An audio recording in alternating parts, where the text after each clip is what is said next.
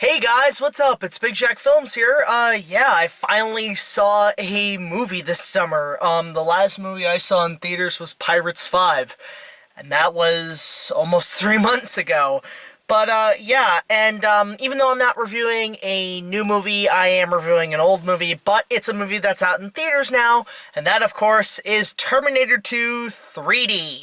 Not to be confused with the attraction at Universal Studios. Yeah, if you guys don't know, I've actually reviewed the Terminator movies before, way years ago back in 2009. Those videos are still up on my original channel, but, I might actually consider re-reviewing those films again because, my opinion's changed since, maybe a little bit, and so on, but those are definitely on the to-do list in terms of movie reviews, is to re-review the Terminator movies, but in the Big Jack Films review style.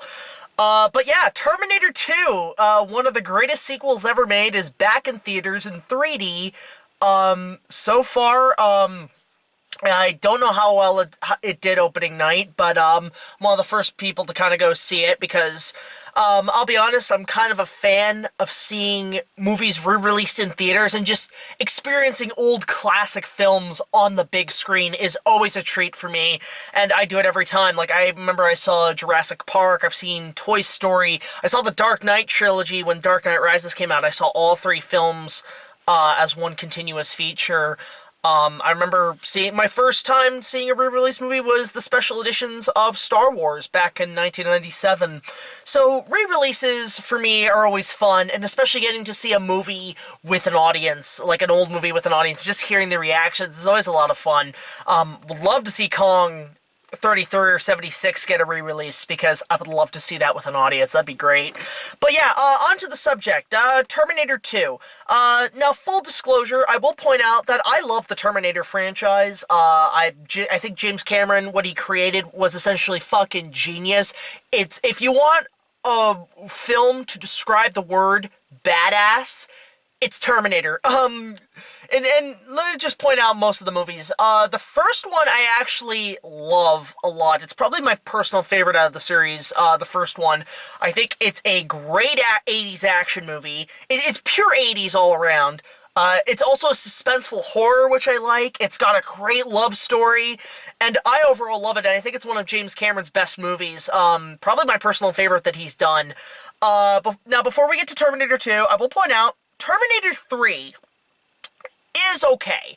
I honestly think Terminator 3, like, it's got a lot of crap in it. It's the same shtick from the first two, but the ending is actually really solid and really dark and bleak, and just, like, shows that the future is inevitable. Like, think about it. If the future doesn't happen, we don't get those first two movies, which I think the third film really emphasized on. And so I love the ending to the third movie, but everything else is just kind of okay. Now, I know a lot of people are kind of 50-50 about Salvation. I saw Salvation in the drive-in when it first came out, and I remember seeing the teaser trailer when The Dark Knight came out, and just being super excited, like, yes, another Terminator! But Terminator Salvation, I actually think was also pretty solid. I think compared to Terminator 3, it was probably better, because it focused on the future war, and I thought Christian Bale did fine, even though he did that little freak out on set. Sam Worthington was good. It was good to see Arnold, even though he was a computer-generated Arnold. It was just kind of cool. I mean, you can't do these Terminator movies without him. Now, with Terminator Sarah Connor Chronicles, I think I only saw the first few episodes and I just kind of gave up. It was just kind of eh. And Genesis I have yet to see, because I've just heard, I was kind of looking forward to it, because some of the casting and everything, like Emilia Clarke as Sarah Connor, I was like, okay, that's fine. But, I just heard so much negative feedback from it that I just kind of, it's on my blacklist. Like, I may get to it if I ever review the Terminator movies again. But, Terminator, Genesis, I have yet to see, because from what I heard, it really sucks. But, on to the subject. Let's talk about, obviously, what people consider as the best of the series, Terminator 2 Judgment Day. To sum up the plot, it takes place in 1991, a few years after the first Terminator, And we see, obviously, a young John Connor, played by Edward Furlong, who is now pretty much separated from his mom because she's in a mental institution, and she's trying to tell everybody the future's coming, the war is coming, nuclear fallout on August 29th, which is actually in a few days from now. I guess that's why they re-released it. They re-released it on Judgment Day, which is brilliant marketing. So she's in a mental institution from that therapist asshole from the first one, and John Connor's with a foster family, and he's pretty much off the grid. He's kind of a rebel, which I really admire about his character. But of course you have your Terminator. So you see Arnold Schwarzenegger come back as the Terminator, and you think, fuck, they're after John again. So you think the Terminator is now back to kill not only Sarah, but John. But it turns out there's another Terminator, which is the T-1000, which is a higher higher class model, and has liquid metal abilities. And at first you think, wait, why would Skynet send two Terminators to kill the same person? I guess because if one fails, the other one succeeds. I guess that works. But it turns out, spoiler alert, the surprise twist is that the Arnold Schwarzenegger Terminator is here to protect John Connor from the T-1000. In doing so, they rescue Sarah Connor from the mental institution. Some great chase sequences are in place, and they decide to not only protect John Connor from this T-1000, but to permanently stop Judgment Day from happening. So they go to the company that essentially creates Skynet and tries to destroy it before they can pretty much put Skynet online and end the world. So my thoughts on Terminator 2, a lot of people consider it the greatest sequel ever made, probably next to Empire Strikes Back. In my opinion, I love the shit out of Terminator 2. I think it is a badass movie from beginning to end, and it's a fun, adventurous thrill ride all the way through. Great action scenes. I love the gunfights. Some of the best gunfights I've ever seen in the film. Arnold's great. Linda Hamilton's great. Edward Furlong's great. The T-1000 is great. Is it the best sequel? One of the best sequels ever made? Possibly. But I still love the first one more. Now, that's not a nitpick whatsoever with Terminator 2. I think it's a solid sequel, but I do like the first one a lot better still. But to point out what I like, I mean, this is a very character-driven movie, and aside from it being an action movie, it's also a character film. It's also a character study, and it's a great film about fathers and sons. It's about family. It's about, the fate of mankind. And that's the thing that James Cameron gets right. He's able to balance great action with great characters. And he's done that numerous times. So with Terminator 2, I mean, obviously it's about Arnold Schwarzenegger. He's the star of the film, and I love Arnold. I think he's a really fun, classy action hero. He's just inspired so many people since his film days, and he's still great in this movie. He's so good in this. I mean, he's obviously playing a robot, and but the thing is like, he's also got a lot of great one-liners. One of my favorite one-liners that he does in the film, and it's one of the best scenes in the movie, is where they're going to get Sarah out of the mental institution, John and the Terminator, and they're stopped by security, and the Terminator's sworn an oath not to kill anybody from John Connor. So the security guard's about to come up to him, and the Terminator pulls out his gun and shoots this fucker in the kneecaps, crippling him, and John's just like, what the hell are you doing? You gave an oath. Arnold just looks at him and says, he'll live. Fucking love that shit. I always consider, like, if you're, just a side note, if you're if police are trying to shoot a criminal, don't just kill him. Shoot him in the legs. At least you can cripple the fucker so you can get information out of him. Don't just pop him square in the head, is all I'm saying. Learn from Arnold. But Arnold is a badass from beginning to end of this movie. I love... Oh, the light's out. Hang on a sec. I love the shit out of his performance. He's just physically fit for this part. He's badass, he's got great one-liners, and I also love, like, at the end, when he's got, like, the robot stuff on his face, so he's becoming more robotic, courtesy of the legendary Stan Winston and his iconic work in these films. But also, the thing is with the Terminator is that he actually learns the value of human life. And that's what I really liked about this movie, is that he not only learns the value of human life, like, he's programmed to learn about humans and how they function. And seeing John cry and everything, and always questioning, why do you cry? He just learns the value of human life, and on top of that, he becomes a father to John. He becomes a father to John, the father he never had. And again, that's mostly because if you watch the first movie, spoiler alert, Kyle Reese, John's father, does die in battle. And John never knew his father. So I think it's just great that Arnold fills in that the enemy of the hero becomes the father figure to the son, but in a good way. It's kind of like what is it, Creed? Where Rocky kind of becomes more of a father figure to Apollo's son. I like that shit. It's kind of cool, but that's the driving point of the movie. And Edward Furlong, good lord, where did his career go? Because solid fucking performance. One of the best child actors I've ever seen in the movie. He fucking nails it, and just, you see the emotion and everything. And the thing is, like, I've met a lot of the actors from these movies at Comic-Cons. I've met Edward Furlong. He told me a lot of how, like, it was just James Cameron was just a fun guy to be on set. And he actually was really well trained in that acting course. So I give major props to Edward. Linda Hamilton. Oh my god, one of the most badass fucking women characters in any form of media. Love the shit out of Sarah Connor. She had very much a learning experience from the first one. She learned of her future, she knows her fate, and she becomes more of a tough woman because of it. This one, oh my god, she's a fucking machine. She could be a Terminator, and again, that's one of the points in the story. She actually goes after Miles Dyson to stop Skynet, so she becomes a Terminator in her own way. It's kind of poetic in a sense, but she is fucking badass in this movie.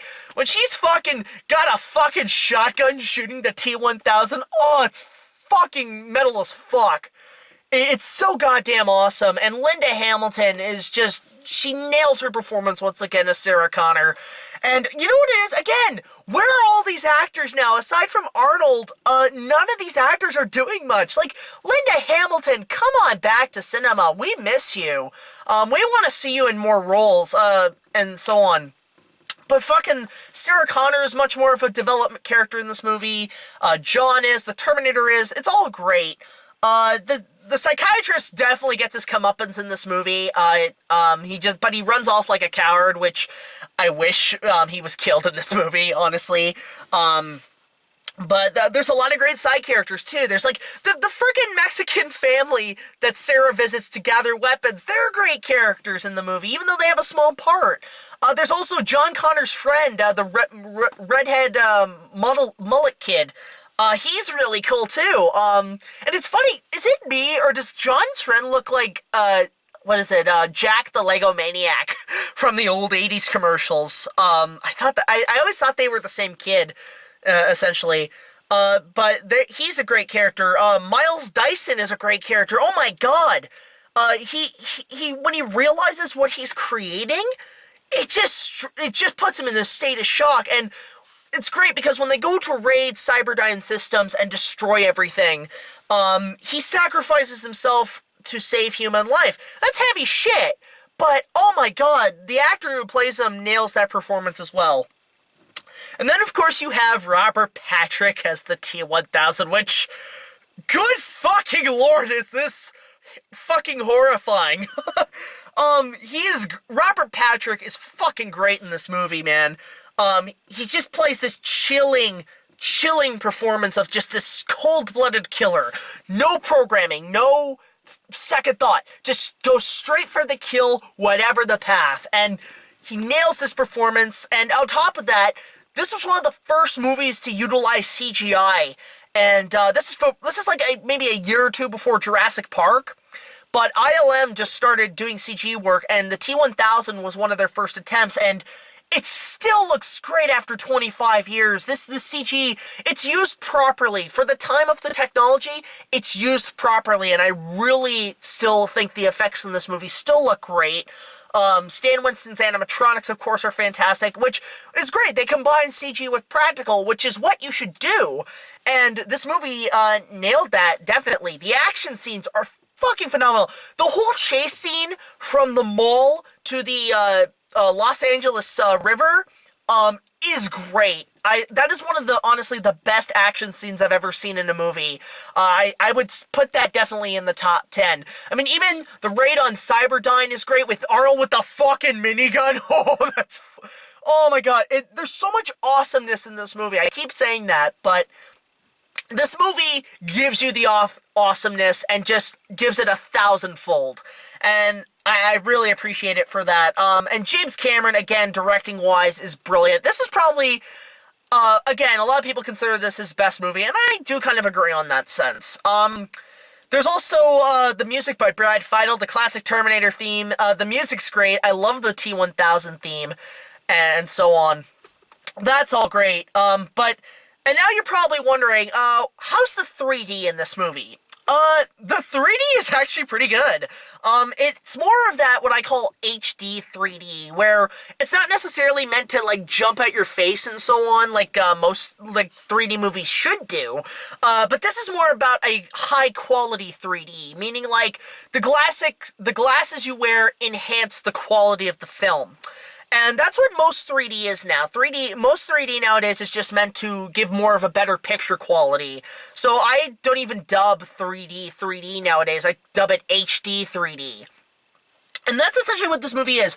And from what I heard, James Cameron, I pronounce his name horribly, James Cameron actually went ahead and cleaned up the film considerably. Obviously converted it to 3D, but also, from what I heard, there were a couple of goofs in the movie that he actually went in and digitally fixed.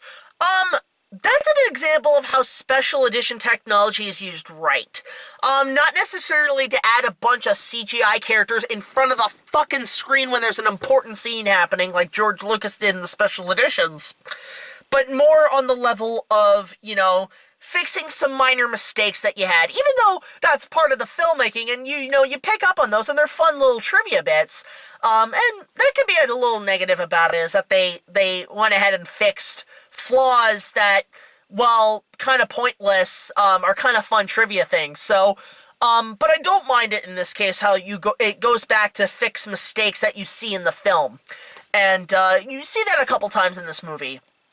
But, yeah, the 3D's great. Now, overall, guys, Terminator 2, a classic film, one of the greatest action movies ever made. I would highly recommend it. And this is also a perfect opportunity for new generations to experience Terminator 2. And on top of that, a Terminator movie done right. Because Genesis and Salvation, like, while they have their okay moments, don't match up to the first two films. So, for young generations, go see this fucking movie. This movie, like, especially for the young millennials and, like, the fucking young teenagers out there, go see this movie because this will please you immensely. And you will go back and, like, and you'll realize this movie was made in 1991 and be like, why don't they make movies like this anymore? And that's the thing, like, send that feedback, and maybe Hollywood will make more films like this. And you know what? For the fuck of it, I know this movie is rated R, or here in Canada, it's a 14+. Parents, just show your kids the movie. They'll fucking dig the shit out of it. Especially, like, maybe the 9 or 10-year-olds will dig the shit out of this movie. So, fuck the rating systems in this case, and just take your kids to see this. Go see this movie. It is still a fantastic film. Obviously, a solid 10 out of 10 for sure. Love the shit out of Terminator 2. And for new generations, this is a good opportunity to experience a classic film on the big screen. So, yeah, that's all I have to say about this movie, guys. If you guys have seen it, let me know in the comment section below, along with what you think of the 3D. And, I guess for now, I'm hoping to do more of these opening nights in the future. But unfortunately, they've been a little dry because I haven't been out in the movies lately. But I just wanted to get this out there because, hey, you know, opening night for a classic film, and I love the shit out of the Terminator. So, until the next video, guys, like, comment, subscribe, and I will see you guys later. This is BigJackFilms, signing off.